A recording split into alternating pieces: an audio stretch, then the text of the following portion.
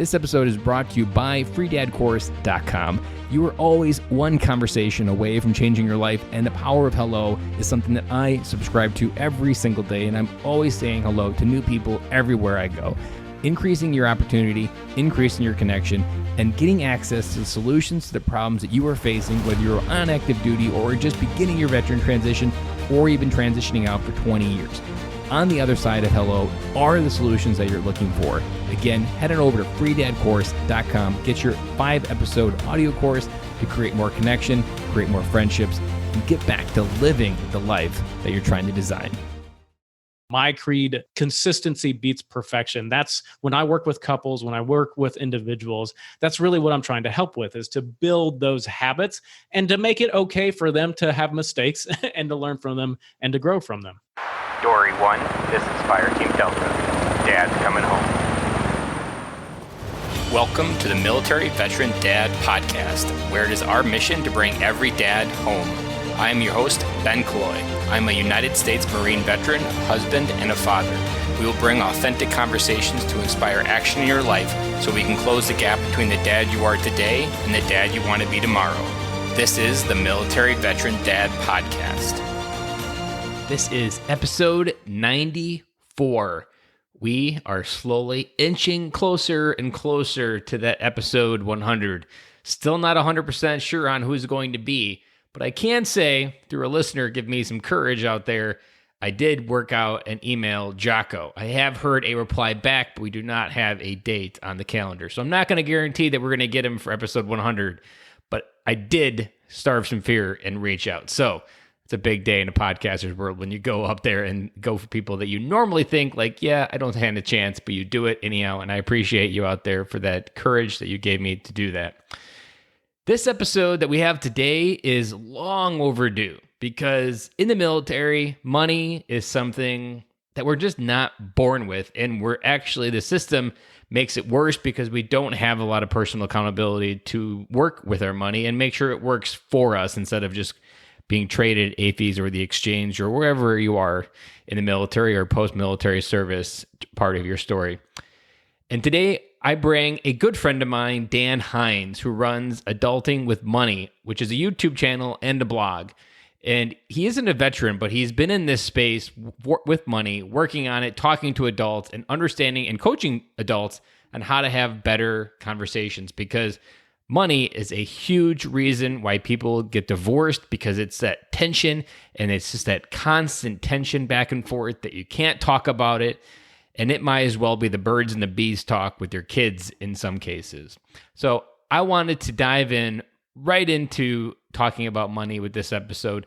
And I also have Lacey Langford scheduled for next week's episode, and she is the military money expert. So we're going to start with Dan Hinz today, open it wide up, and next week we're bringing Lacey Langford, who's a military money expert, to talk about some of the military things with money and how we get these stories all messed up and how we can actually change some of our narratives. So we got a double header here this week with Dan Hinz, Lacey Langford next week, and we're going to talk about money, because money as a father is something that weighs me down.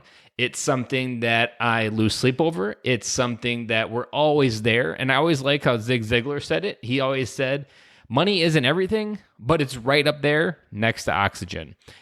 And that's the truth, because it's not everything. It doesn't buy happiness, but it definitely greases the wheels and makes everything run smoother. And when you don't have any of it, everything feels a lot heavier. But at the same time, the illusion of money is even people who have an abundant amount of it still have a lot of problems. Everybody just creates their own nightmare scenario at whatever level of life they're at. So we're going to start unpacking money. We got these 2 episodes, and I promise these won't be the only 2 episodes. I plan to look for and bring more people out there about money to the podcast, because lots of times, and for most of this entire podcast's history, we've talked about the emotions of being a father, coming home as a father, the marriage of a father. But money is something that is just not talked about enough. And I haven't done enough about it. So I'm going to make sure that I change that. And something else to look forward to is we're going to be bringing Kirby Ingles back in the podcast. He was way back in the beginning of the podcast.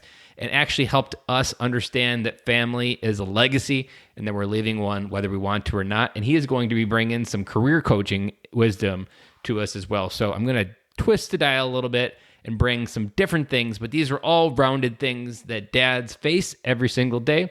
We're going to be bringing them back to you to help you come home and be a better dad. So without further ado, let's get started with Dan Hinz. And if you want to hear my key takeaways from this podcast, stay tuned to the end, and I'll talk to you on the other side. Welcome to the podcast, Dan. Thanks, Ben. Thank you for having me. You are not a veteran, but we are going to break the seal wide open on something that I intend to do a couple different episodes on, and that is money. Money is something rooted within the military. We almost all have bad habits related to money, mostly because it's disposable income. And in the military, you can lose all your money, spend all your money, not have a car payment, and just blow it all on alcohol and still have a roof over your head, 3 squares a day, and a job to go to. And ultimately, that's where things start falling apart because there's no real accountability for your money. And today we're talking with Dan Hinz, who runs Adulting with Money. And with Adulting with Money is a YouTube channel where he gives great advice to adults, helping them understand how to be better with money. So welcome to the show, Dan. Thank you, Ben. Thanks for having me. Let's maybe just crack it wide open with some money myths. What are some things about money that most people assume are true, but are true just fallacies that most people don't ever think about?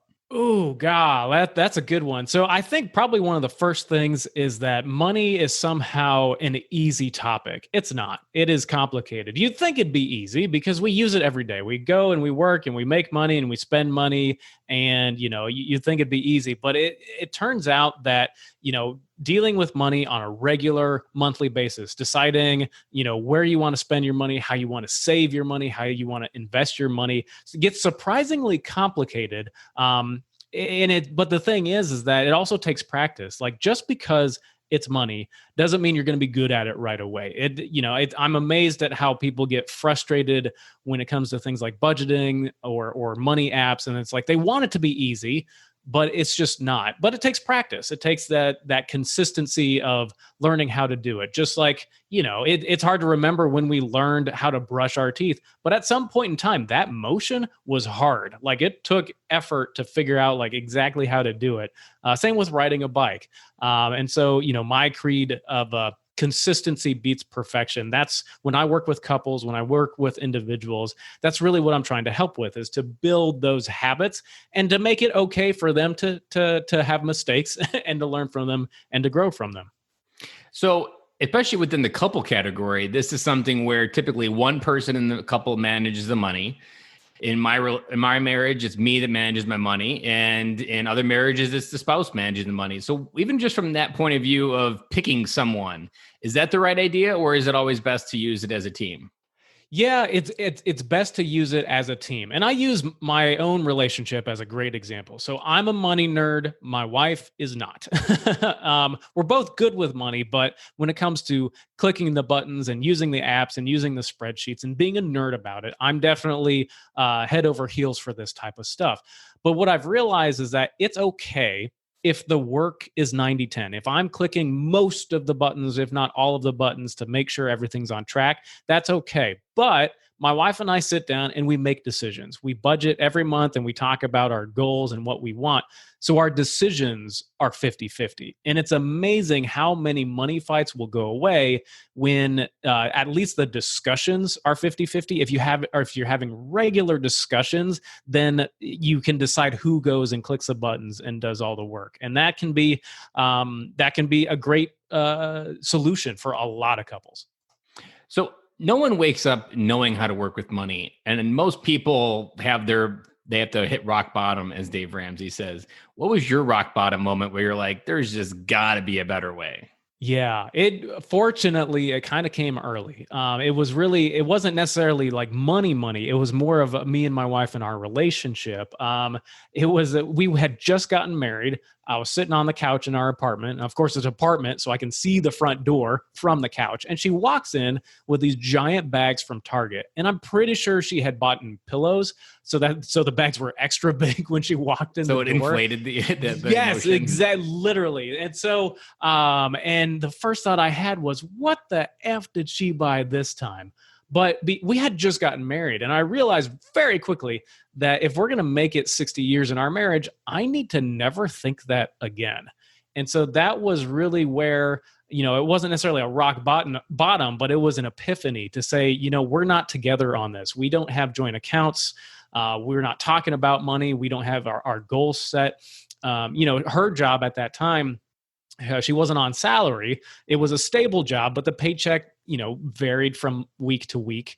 And then I was a financial advisor, and so I was on commission. And so my paycheck wasn't the exact same every month. And we really didn't have any way to know if we were going deeper into debt or not. Were we climbing out or not? And if, we wanted to save up for the down payment on a house, how was that going? There was just so much uncertainty. It really drove me crazy. And so, for us, for me, it was just that moment of, wow, if we're never going to fight about money, there are some thoughts and some mindsets I need to get rid of and I need to work on for myself. So what was some of those big mindsets that you had to change? Was there like some initial agreement, some initial thing that was like a first win for you guys? Yeah. So I think the first thing was that I was really on board with budgeting. My wife, it took her a little bit of time to be like, okay, I guess this is going to work out. I think this is something we should do. But the big mindset on that particular topic was that I was being way too detailed, way too intricate with our budget. It was, I basically was trying to figure out how much are we going to spend on makeup and toiletries and cleaning supplies, and I just made it way too complicated. So I think the very first mindset shift for us, and for me particularly, was that it's okay to be simple. If you have enough information to make a decision, you're good. You don't have to be a professional accountant to be good at handling day-to-day money. So when it comes to budgeting specifically, it's okay to simplify. It's okay to make it, if your budget is only 4 items long and that's enough information for you and your spouse to make a decision, go for it. Now let's dive into that word budgeting. You've mentioned it a little bit, but budgeting, to a lot of people that haven't really awoken or even realized that there's a better way to deal with money, think budgeting is handcuffs. So how do you change people's mindsets when someone believes a budget is a handcuff and they don't like the idea of budgeting because they don't feel like they want to have to live under rules? But that's not really the idea of budgeting, is it? No, it's not. And so, when I'm working with couples, for them to master money together, there's 3 habits that all couples, if you master them, you're good for the rest of your life. And the first habit really comes down to goals. Like, what is it that you want and how much does that cost? Because it's amazing how many money fights will end when you actually start to get down to how much does this actually cost? Because otherwise those fights are just rhetorical, theoretical, what ifs, and you never get anywhere. So that's habit 1. Habit 2 is tracking your money. Where's everything coming from and where's everything going? But then the third habit, that's where you start to get to the decision making and to the budgeting. And if you do it in that order, what that does is you sit there as a couple or as an individual and you say, what is it that we want? You start with that. And then you say, where's our money now? And then that by the time you get to that third step, you say to yourself, okay, how are we going to get there? And that's where the budget comes in. That's where budgeting is a tool to help you get what you want, as opposed to stop you from having fun. It's there to say, okay, if we want to say yes to these goals, what are we saying no to? And so that's the true mindset shift, is to say, it's our plan. We can change it whenever we want. We don't have to wait for the end of the month to change our budget or to change our plan. Flexibility is key in that nature. So, whenever individuals or couples come to me, I try to make budgeting the last conversation. So that way they see it as a path forward, as opposed to, like you said, handcuffs. Mm-hmm. And that budgeting word is, in many cases, is more like a plan, like you said. And it's also, I always like the idea that it's roll with the punches. Like, life's going to give you a punch. Murphy's Law is going to happen, but you want that budget to have some cushion under it and be able to absorb something that comes at you unexpected. So talk about how a budget can also deal with Murphy's Law as well. Yeah. So I think the biggest thing, as far as like a month to month budget, a month to month plan, you can do things like sinking funds. So my wife and I, we have an emergency fund, which is great, especially, we live in Florida, hurricanes, yada, yada. But it's also to say that, well, why not put, $30 aside every month to save up for Christmas presents? If we do that all year round, then once November, Black Friday comes around, we got money saved up for that. Or maybe it's like $50 a month you're trying to set aside for car repair, because eventually you're going to need new tires or something's going to break. So then you have that sitting aside. So that's where, that's probably one really easy tool as far as like a month to month budget type of thing that has that cushion.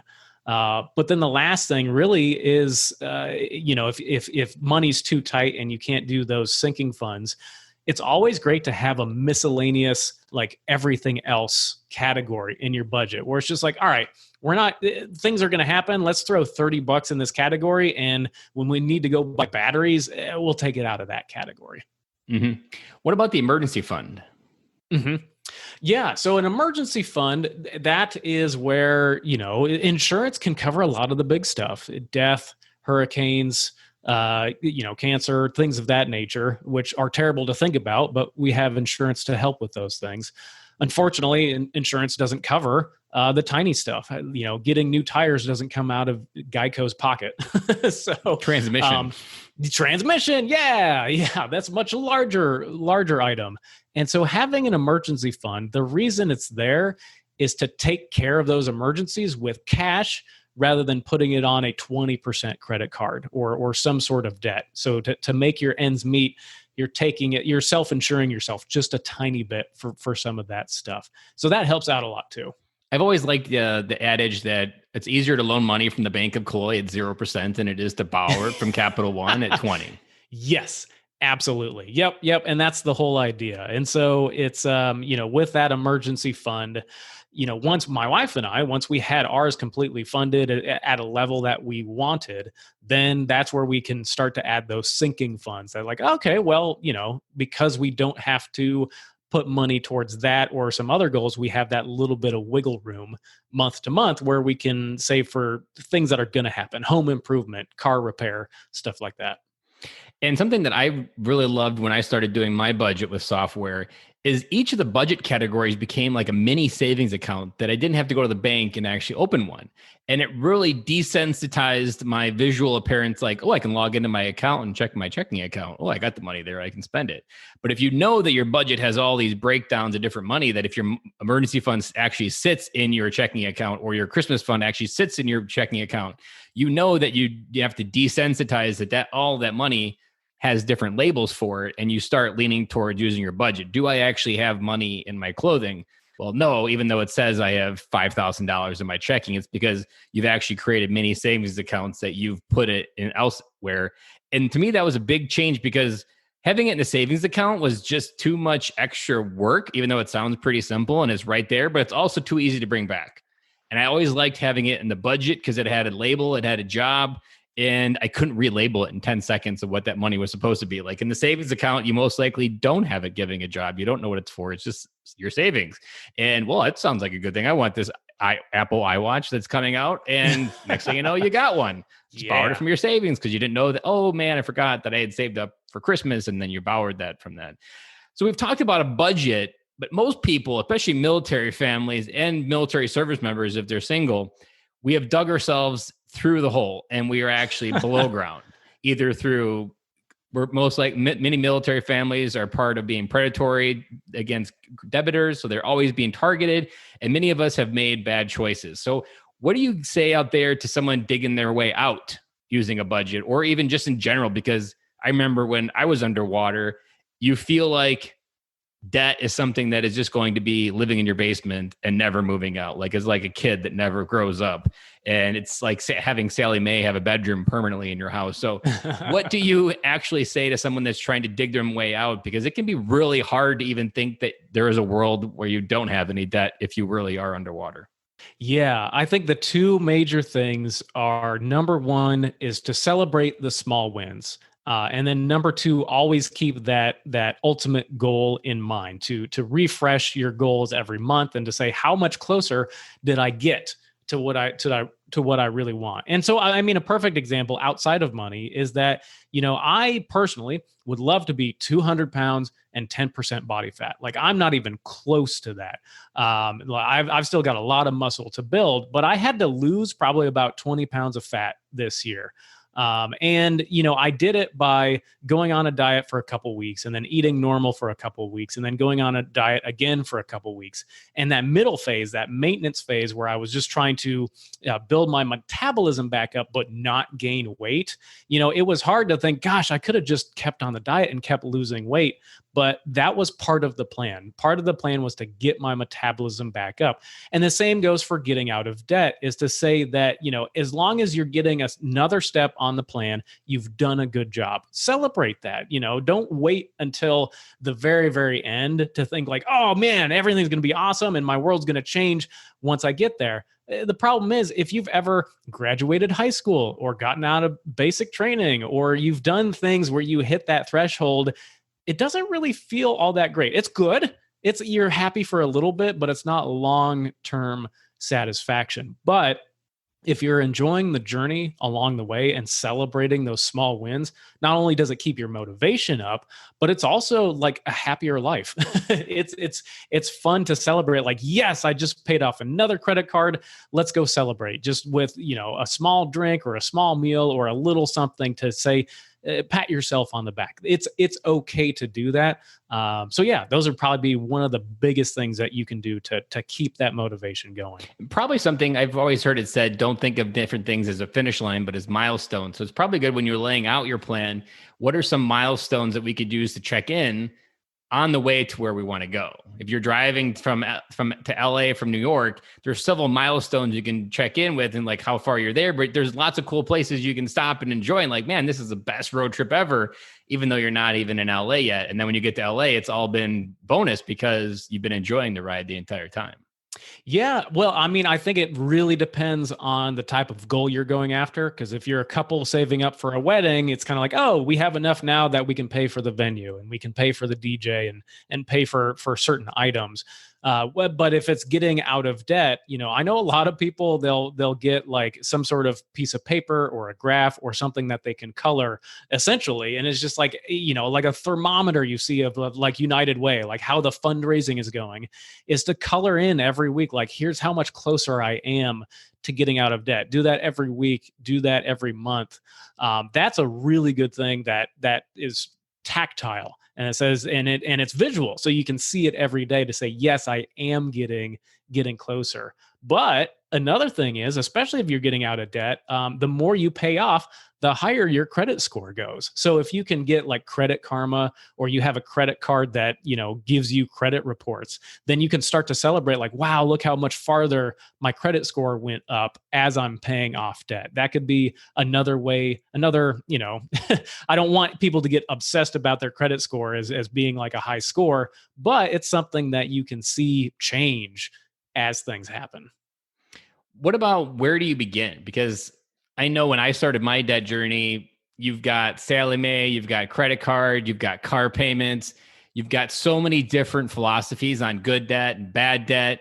How do we even sort through all that? Like, just picking some place to start throwing money at can be almost overwhelming in and itself. Yeah, that's a tough one. And I know when it comes to paying off debt specifically, I mean, there's really two schools of thought. You have what's called the debt snowball, and you've got the debt avalanche. So for those that don't know what that is, let's imagine you have 3 credit cards, and they all have a minimum payment of $50 a month. So what happens is that because you're paying all 3, that's $150 a month to pay the minimum. But if you can pay one of those credit cards off faster, that's $50 a month that has freed up. You can do something with it. But instead of spending it on clothes or food or something else, is you take that $50 that's been freed up and start paying the second credit card. So now the second credit card is getting paid off at $100 a month. And then the third one is still $50. But when that second one's paid off, that's $100 that's been freed up. You can pay the third credit card off at $150 a month. So the way to pay off the debt snowballs. It gets bigger and bigger every month.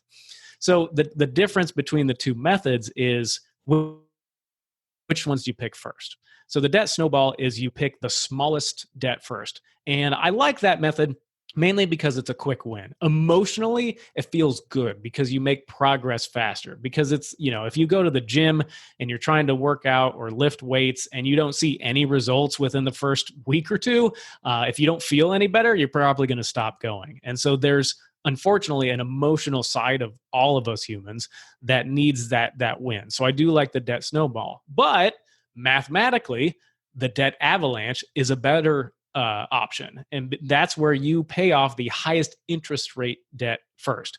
Now, it might take more time to pay that off. It might not be as quick a win, but if you're more logical, if you're more, mathematic based, it's going to push that button for you. You're going to enjoy doing it because mathematically you're right. You're winning and the banks aren't. You're winning in the bank world. But there's an online calculator, and we can put a link in the show notes that you can look at both, put in all your information and see, okay, which one's better, the debt snowball or the debt avalanche? And I've run that for clients that I coach. And oftentimes it's pretty much a tie. Like it's within a month or two of each other. So, when I'm coaching clients, I'm really looking to see which one sets them up for success better. In my mind, the methods are pretty equal, but if I had to pick, it would be the debt snowball because emotionally having a quick win and having faster wins, it keeps us more motivated. And that's how our brains work. And I've always liked how Dave Ramsey breaks it down because I've had a few people challenge me if I recommend the debt snowball on Facebook in a comment somewhere. And they'd be like, oh, you're teaching them all the wrong ideas. It was, in this particular case, it was about what you should teach a kid about whether she get a debit card. And I was like, I would teach him Dave Ramsey first before I even teach him the credit card. And then they challenged this idea what you talked about with the interest time and all that stuff. And I always loved how Dave broke it down. He always said, if it was about math, you would have gotten in here in the first place. So you can't use the same logic that got you to get you out, because otherwise, if it was just as simple as math, you would have done it a long time ago and you realize these numbers don't compute. And it's all about emotions. And it feeds a different part of the process for you and just gets you more excited to keep going. Like it's good when I had a spreadsheet and I just would type in every time I killed debt, and it just felt good to say that I killed it. And the faster I can kill it, the more I felt like I was winning.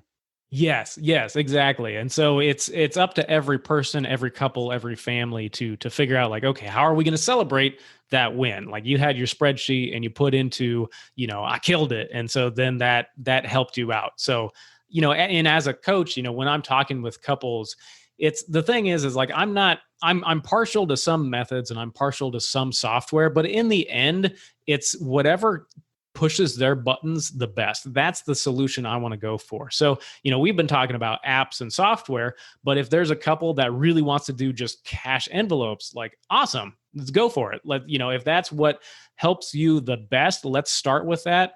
Because in the end, it goes back to those habits. If you master those habits, it doesn't matter what goal comes out or what software is updated or what method you want to try next.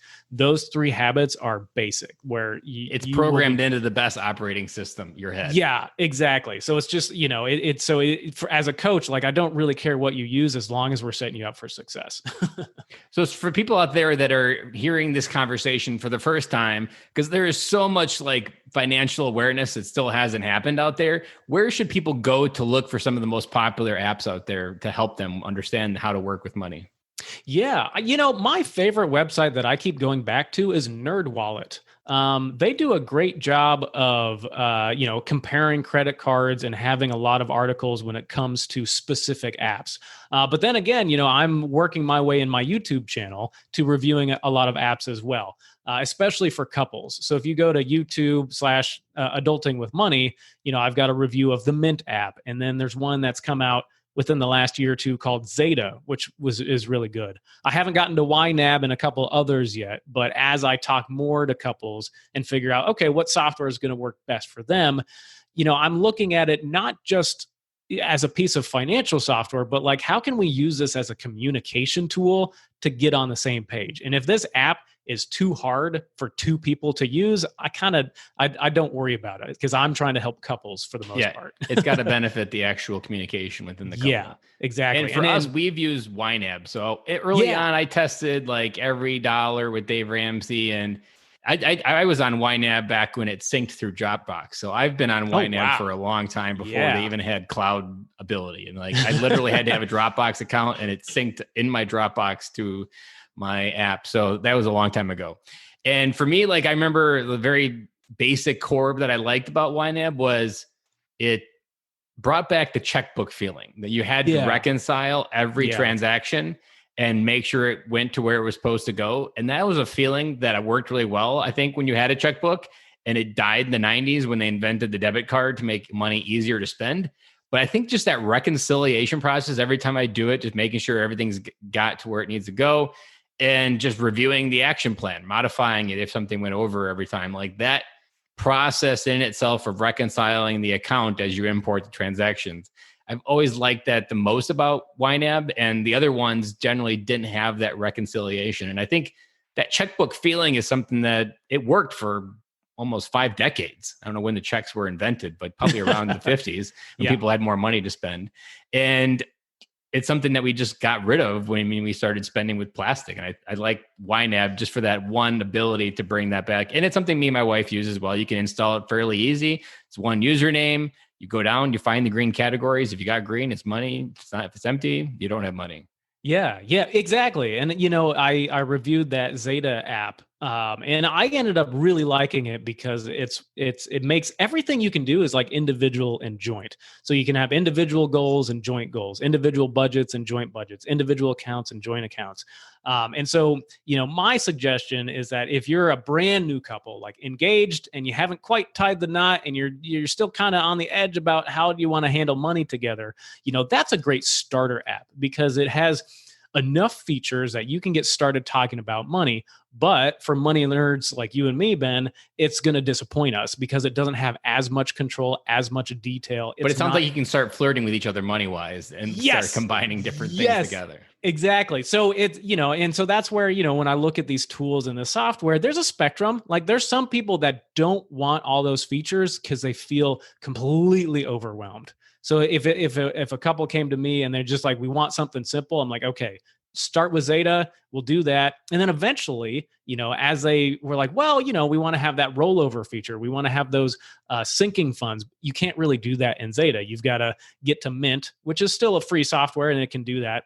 But even though my wife and I use Mint, there's still features about it that bug me. And I'm like this close to moving us to YNAB because we're thinking about doing quarterly budgeting and we're thinking about getting into real estate investing. So our lives are getting a little bit more complicated that we're going to need better software for it. But it's taken us, 8 or 9 years to grow out of the software that we're using now. So it's a fine. It's one of those things, but if you're willing to spend the money and you're willing to go all in, I do think YNAB is the best. I spent a lot of time on Mint first too as well. I'm not sure exactly, probably just advertising gets you sucked into it because they bring more financial everything around it, just trying to advertise credit cards and different investments. But the one thing is like that really led me away from it was, and now looking back from YNAB, the automation of just sucking the money into the categories without you ever going through and reconciling it. It might as well just be similar to plastic because with plastic, you don't see your money flying away. And if you never see the transaction go into there, you just aren't emotionally connected to it leaving your bank account. So in YNAB, you have to make sure everything, and you go through, and when you import your transactions, you're making sure they all matched up in the right direction. And that in itself, that little extra step to me was like, gives you that extra, and it probably comes from the nerd part where you want to make sure the dollars get where they need to go. But it was that automation that really turned me off from it. And I just felt like financially, they were more focused on making sure I had more credit cards and getting out of debt. So like that always kind of rubbed me the wrong way, that they're incentivizing us to manage our money, but then they want us to learn how to spend it with all the banners that they bring in around us. Yeah. And Zeta is kind of in the same realm where it's a free app, but of course they've got, like, oh, check out this savings account, check out this credit card. But to their credit, they do have, like, every time you log in, there's a task list. So if you have any uncategorized transactions, it shows up for you right away. So it's borrowing kind of that feature from YNAB as well. Mm-hmm. I always love the interesting part about YNAB. They probably are a brand that does it beautifully, but they have a huge personality built into the app. Like the way they communicate, the way they email, like they joke like it's going out of style. They have no problem making jokes about themselves. You name it, they have a very good sense of humor as a company within the way they communicate. And they're always coming up with new stuff, especially now that everything is built into the web versus like the old way of Dropbox. That was a slow update every year. But now that it's all on the web, like they are very much, even something that most people probably wouldn't think about is when you deal with credit cards, like spending on credit cards and debit and checking account can get confusing when it comes to budget, because you put the money on a credit card, but really the money's already spent, but it's not out of your checking account. Yeah. In YNAB, it'll actually take it out of your budget category. Say if you use your credit card at Kohl's and bought clothing, it would take it out of your clothing budget and move it into your credit card payment. And that money would just be sitting there waiting to get paid at the end of the month, so you don't accidentally spend it twice. And in the background, it just keeps track of it like normal, and you do your normal stuff. But your credit card money is waiting to get paid, and it's not sitting in your budget, forgetting that you've already spent it on one credit card. So that was a huge thing that also, we don't use credit card a lot, but when we did, it was something that I remember using quite a bit. And I want to go back to something that I just remembered. You were talking about like consistency and small wins. There was a year in our process. For us, it took about 4 years to get out of debt. But there was a year we were paying almost $2,200 in daycare bills. We had 3 kids in daycare, and that's more. It was 2 mortgages. We had a mortgage plus we had 2 additional mortgages with it. Our mortgage was like $1,100 at the time. So we're paying 2 times that amount in daycare bill. And we almost had a year, I call it the year of debit only. But I would only been able to do debit only because I had a budget. I had a plan. I mean, I was writing a $500 check on my checking account every single week. That takes a lot of discipline to make sure you don't bounce a check, don't overspend or over withdraw. And that was my win for the year. I didn't go into debt at all, but I kept it neutral. And so like there was a lot of grace I had to give myself, because while I may not be getting bigger on the goal, this is just the season we're in right now. And as long as I can keep it neutral, that was my win that I consider back, looking back on that now.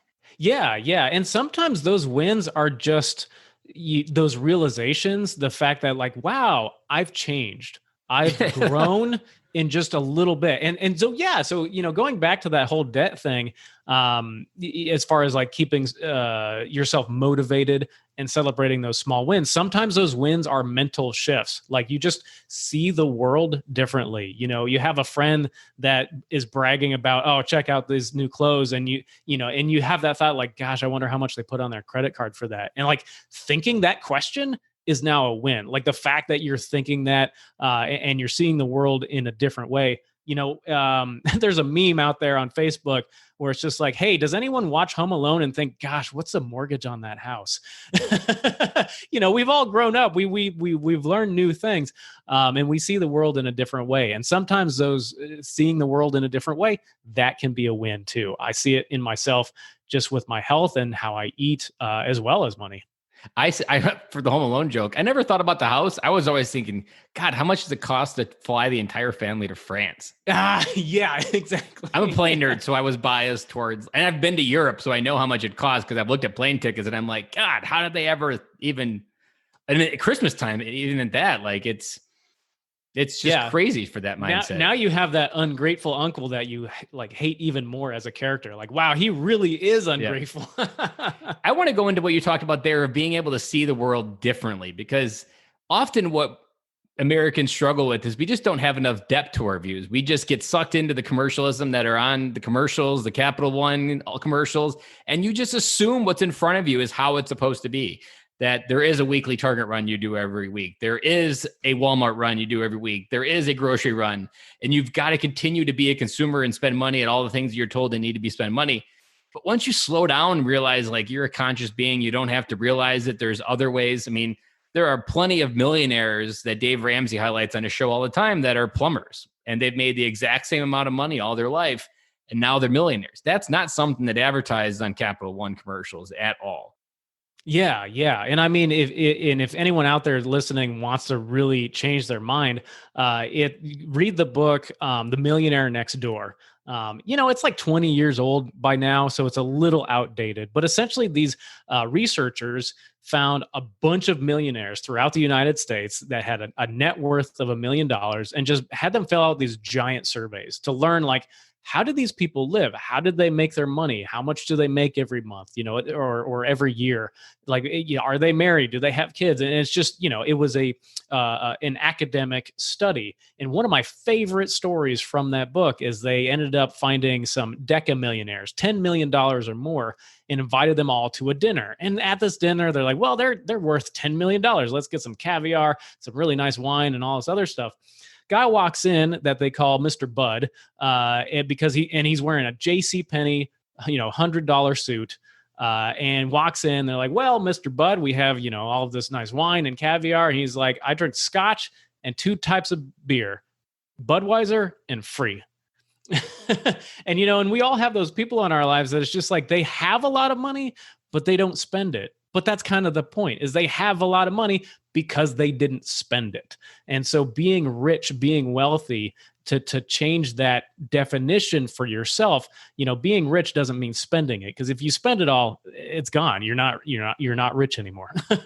And so to have that idea of the difference between wealth and spending.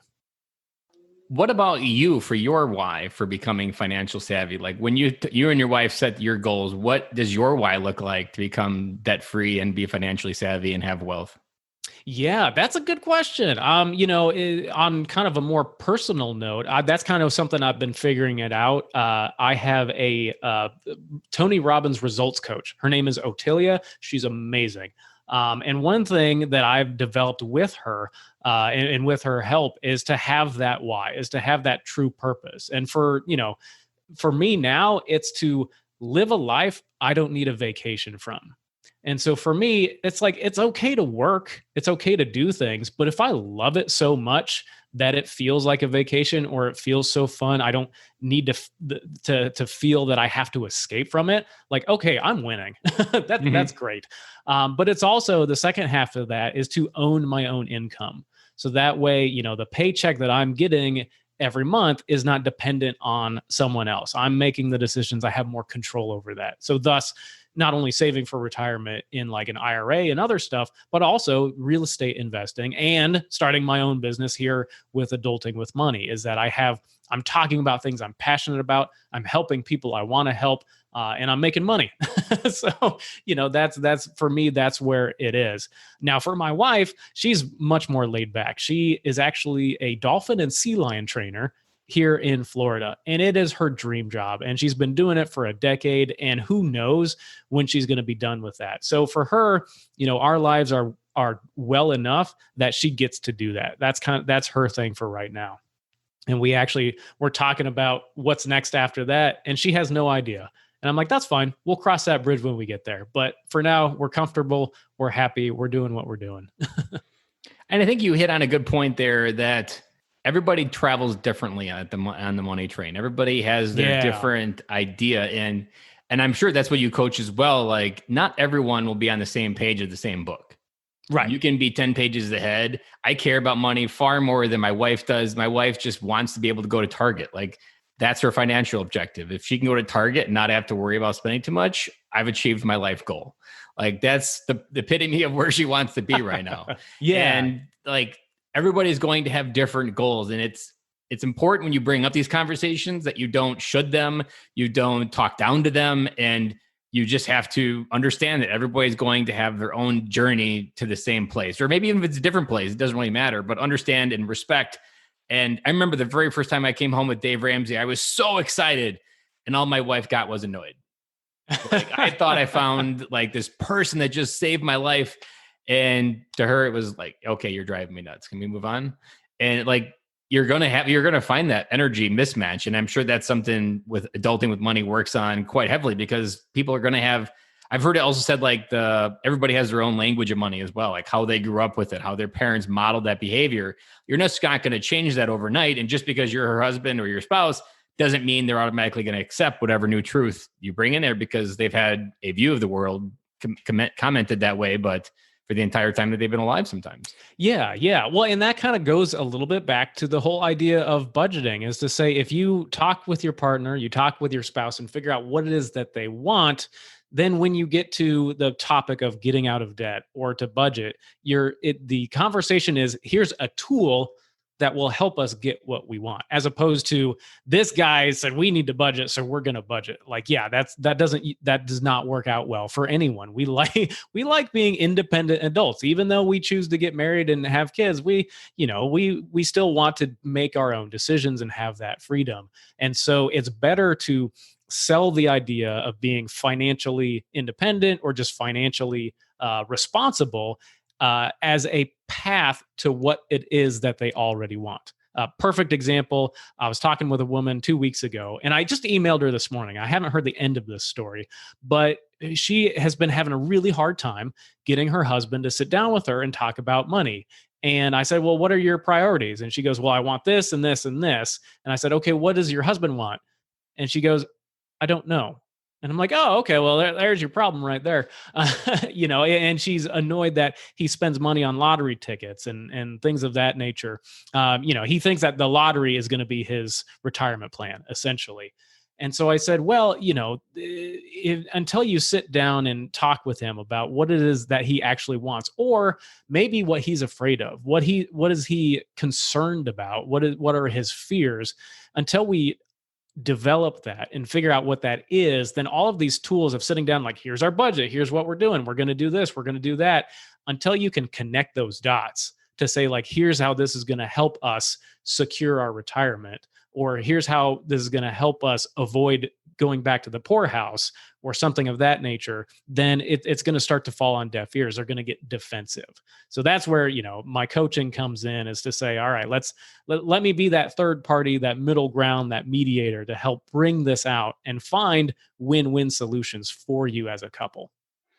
I like that. And what you're talking to there is like just different people's perspectives. You're talking to that everybody, like we talked about, everybody's going to have their own view, and just being graceful with that experience versus judgmental and understanding. Like, almost like the way to approach it could be, understand how they got there, instead of like trying to get them where you want them to go. Just to put extreme curiosity hat on and be like, how did you get to the point where you think that your life revolves around winning the lottery? Like, that's a lot of different life scenarios that have to happen in alignment for someone to honest. And there's a lot of people out there that buy a lottery ticket every week thinking this is my ticket to where I need to go, versus maybe owning their budget and doing better things with their money. I'm just going to outsource it and hopefully I win the lottery, which is not good financial advice. I'm not condoning buying a lottery ticket every week. There's something else that I want to pivot towards when it comes to debt. So as we wrap up the interview, debt is something that gets so mixed up in society. There's credit card debt. There's people that tell you should do points. There's people that are doing travel rewards. And I want to kind of talk about some of the lessons one lesson quick that I've learned, and then see what other things you have to go with it. That because I did this 4-year journey of getting out of debt, I couldn't have imagined what was going to happen in 2020, whether it be Corona, whether it be losing my job, losing anything, losing half my income. I was the primary breadwinner for our family. Had I not gone on that journey to eliminate our car payments, to eliminate the credit cards, to essentially just have a mortgage-only debt ratio, I would have been a whole lot more screwed now. And most people that come up to me and start talking about debt, they'll talk about it in a way like, oh, debt can work for you and all these different things. It certainly can. And there's certainly good things you can do with it. And it certainly allows you, like, there's people that say to him, you can borrow debt less than inflation. It's a good debt. But to me, like, every time you borrow money, you're just lowering the amount of options you have to react to whatever life gives you. And that mindset isn't something a lot of people are even thinking about, just because I've experienced it personally now, that I've survived 2020 with hardly any skin lost. We still have our house under a roof, so we don't have anything. Nothing's been revoked and nothing's been repossessed, all because I eliminated my debt and gave myself 10 times more options, and we could live on a whole lot less. So go maybe talk about a little bit about that and from your perspective. Sure. Yeah. And this is tough as well. I mean, there's certainly a conversation you could have about good debt or bad debt. And our friend Rachel Richards, she talks about it as bad debt versus debt you can kind of live with, and it's just like there is no such thing as good debt, because it's, as you said, it's handcuffs. It's now this liability. It's this payment that you've got to make every month, and because money is going towards that payment, it can't go towards anything else. Like that's how money is fungible. It can go anywhere, but once it's gone, it's gone. It goes to one thing or another. And so I think a perfect example is my wife and I just decided to get solar panels for our roof. And so the thing is that the whole array, everything is like 27 grand. Now it could, if we had the cash, we could pay for it and be done. And then, it's making electricity for us. And depending on how the month works out, we might get paid by the electric company for the electricity that we're using. But they also have the option where you can do a 20-year loan. And I think with our credit scores, we got like a 2% loan. And it comes out to be like $114 a month to go towards this payment. But if we're generating the electricity we're supposed to, our average electric bill through the year is less than $114 a month. And so the thing is that if we're paying that, but making electricity, and the electric company is paying us back, we might be making money, A. But then B is that, as the electric company raises their prices every year, our payment for electricity stays the same. So it levels it out, much like a mortgage, where here you have this very expensive thing. And rather than that price going up and up and up year after year after year, if you were renting, the mortgage kind of, you get this asset that it levels the payments over time. So we don't like debt. We don't want debt. And so we were very, very cautious about, do we want to do this or not? We had a much longer conversation about the solar panels than anything else that we ever had. But we were just looking at the math to say, on average, we're probably going to be fine. And it's that $114 a month, while it is debt, that is an affordable risk that we can take. So I think the key to take away from this is that if you and your partner are going to talk about taking on debt, you have to be very careful. Is because the good news is it helps you afford what you want now. But the bad news is you're handcuffed for years on something. And like you said, Ben, here 4 years ago, no one was predicting a pandemic. And so having those handcuffs on you, you have to be very careful to say, is this something we're willing to risk? And in fact, we're probably not going to take 20 years to pay this off. We're probably going to pay it off in 5. Like, we're I was going to say, you can snowball that fairly easy. Oh yeah, absolutely. Like, our mortgage is going to be done in like 6 years. And so once that's done, the solar panels could be done in one another viral year. YouTube video could cover it. Yeah, exactly. Yeah, one viral video with ad revenue, we could pay it off. So it's top of mind to say we don't want that debt, and we're going to pay it off as fast as we can. But if we have to go down to the minimum and just pay that for a few years, so be it. But then, if we sell the house, then all the payments go to the next owner, so we won't have to worry about it anymore. I like that. And there's something else that I learned throughout the entire journey through those 4 years. The idea of how to get out of debt or where you need to go doesn't always have to come from the same place. So our journey actually ended when we sold our house. And it's actually funny how this all worked out. And it was one where I had to really eat crow and admit to my wife she was right. Because I grew up in a farm. I lived in the same house my entire life. So this was the first house I bought. This was the house that I raised our kids in. And emotionally, I was like, I'm just really hard time letting go. And I was getting out of debt. So I'm like, God, we're not out of debt yet. Why would we sell our house? We have an $1,100 car pay or mortgage payment. Why would I ask for a bigger payment? It just doesn't seem right to me. And I just kind of ate crow, trusted the process. And we kept looking and looking and looking.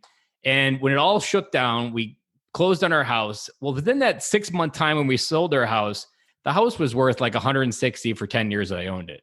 In the last 6 months, the market and where we live just went crazy.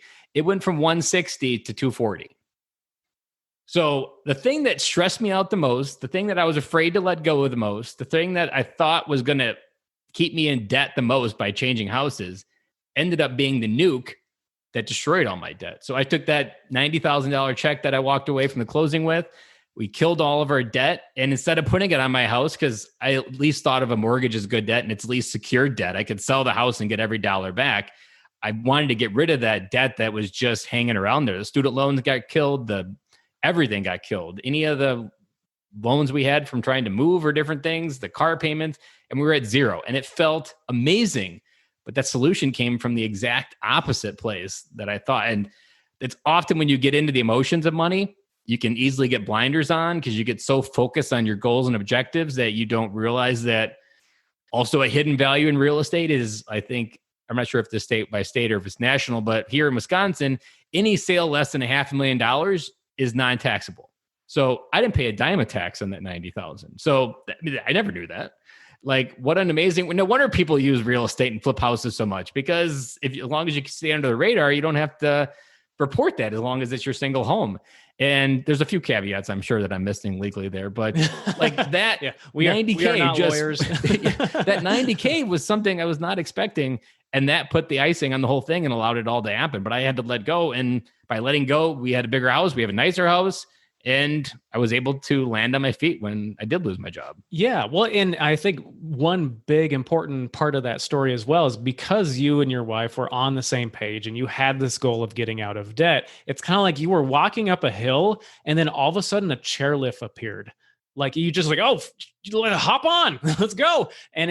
But because you both were walking in the same direction, you were both walking up the same hill and you knew what you wanted, it's a lot easier to jump on those opportunities when they come around. And so, that's where with my wife and I, we're thinking about real estate investing as well. And so again, being the money nerd, I'm probably going to be doing 90, if not 100% of the work, but we're going to have the conversations because I want her in on these decisions so she knows what's going on. So that way, when something happens and I'm like, hey, honey, we need 10 grand. Where are we going to get it from? She understands what's going on, and it doesn't cause a fight. It causes a conversation that we need to have. So again, those opportunities, they will appear. Like it's not just because you're on this journey doesn't mean it has to be hard. You can get started and then, you get a pay raise, you get a bonus, you switch careers. Something can come along. The government gives you money for COVID. Yeah, exactly. Or, depending on how tax breaks work, depending on the tax year, but once that windfall comes, it doesn't get wasted, because you already know what your priorities and your goals are, which of course is that habit number one. And then when those things come along, you're like, awesome. It makes your life better every time. And it felt good reassuring my wife after I did lose my job, because the uncertainty was there for her. Like, we all we have is the mortgage and a few insurance payments. Like everything else we could live without. So we could really go down to beans and rice and still only have to worry about our mortgage.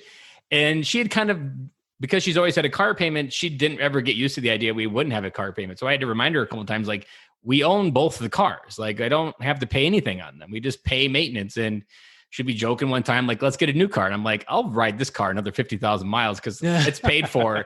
And I'm not going to convert a paid for car into a car payment just because it's getting a little bit old. Like, I still got lots of money. I haven't even invested a lot into it yet. So like, we're at a perfect space. And that felt really good to reassure her and create that comfort. But there was a lot of uncomfortable conversations prior to that, but just making sure you're having them is something that's probably the most important principle that we're talking about here. Before hitting record, you said some of your favorite advice to repeat was consistency beats perfection. There is no perfection in life, and there's the same thing with money. There isn't a perfect method. There is just consistently chipping away. And no matter whether you yelled at your kid today and you forgive yourself and try better tomorrow, the same thing applies to money. You F up today, you try better tomorrow. Absolutely. Yeah. It's, rather than spending all the time and energy trying to stay on the wagon or not fall off the wagon, put all your time and energy getting back up on the wagon when you fall off, because it's gonna happen. So save your energy to climb back on as opposed to hanging on and to never falling off. Like, we're all human. It's gonna happen. You're fine. You'll be all right. Yeah. I always like Zig Ziglar's advice that failure is an event, not a person. Yesterday really did end yesterday, and today's a brand new day. Yes. That's wonderful. Mm-hmm. So as we wrap up this interview, where can people check out your YouTube, and where can people learn more about what Dan Hinz is up to? Yeah. So the biggest thing, is my YouTube channel. Go to youtube.com, just look for Adulting with Money or search for Dan Hinz. I come up first either way. But then also go to my website, adultingwithmoney.com, because I have a free handout. It's a 20-page guide of couples crushing debt. And it's the 6-step formula that I put all my couples through. It talks about apps. It talks about how to have conversations. We talked about the debt snowball and debt avalanche. That's in there as well. So that's for free if people want to go and download that. Those are 2 great places that if you want to send me a question or you got a comment or you want to have one of those free discovery sessions, let me know. I'm happy to help.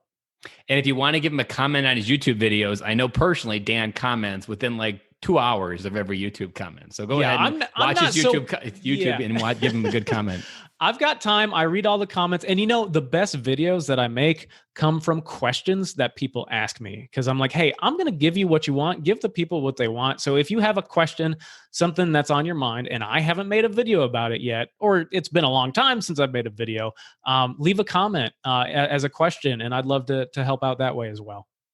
I appreciate your time today, Dan, because this conversation, we opened up a lot of good stuff. And I know this conversation is every time you usually do a money episode on different other podcasts, I always hear like people say like how fast it climbs the charts because money is something people are so eager for information on, but they're often afraid to admit that they need help. Yep. Well, thank you, Ben. Man, I had a blast. This time went by quick. So hopefully everyone listening had a great time as well. Thank you. Thank you for listening to this episode. I appreciate all the time that you spent listening and supporting this show. I know there are thousands of options, even in the military podcasting community. There are new military podcasts every day. I know you have a choice, and I appreciate you for checking out this week's episode with Dan Hinz. I really enjoyed the conversation about budgeting. I want to say that was my big takeaway. And one of the big things that we went into, I loved how we talked about YNAB and all the different services. I hadn't learned about Zeta yet. And if you want to go ahead and check out all the different links for the things we talked about in this podcast, NerdWallet, Zeta, YNAB, all of those links are down in the show notes. And if you want to connect with Dan, go down there in the bottom as well. All of his socials are posted there. Check him out on Instagram. He's got some amazing stuff. He just did a remake over of his YouTube studio, and you can kind of see what it looks like behind the scenes and before and after. Dan is an amazing, heart-centered individual, so I would awesome and recommend to follow him on Twitter, Facebook, all of that's down there, even on LinkedIn, got him there. Go check out his website, get that free guide that he talked about as well. That link is down in the show notes. Also, guys, if this conversation hit home for you, don't let this be the only spark of hope that you have as it relates to money. Understand that budgeting is a tool. It's not a prison. It's a tool like anything else. It's like a resume to get you where you want to go to get hired. Budgeting is a tool that allows you to get the freedom where you want to be and the location freedom that you want in your life. There are so many great money conversations that I'm going to be focusing on and bringing to the podcast in the future. This was just the tip of the iceberg. But if this inspired you to go home and talk to your wife, don't shy away from that. Have that conversation, because unspoken truths are just as dangerous as spoken truths, especially when it comes to marriage, because all of those unspoken truths build resentment and create a rift. And when you get that rift, you start drifting apart. And when you start drifting apart, money may not be the thing that causes you to get divorced, but it could be the thing that starts, and then everything else becomes more difficult in your life. So if this really hit to the core about conversations that maybe you're not having in your life, don't hesitate. Go home, send a text message to your wife and say, hey, I'd like to talk about money tonight. I heard this great podcast on the Military Veteran Dad, and he inspired me to have a conversation with you to really talk about our goals and where we want to go in life. As men, it is up to us to lead our family to that destination where we want them to go, where they have that mutual understanding where we want to be, and actually help provide the fatherhood and masculine leadership in the family to get there as well. So guys, I'm signing off. I will talk to you guys again on Friday. I hope you have an amazing week and crush it and do some epic stuff with your kids.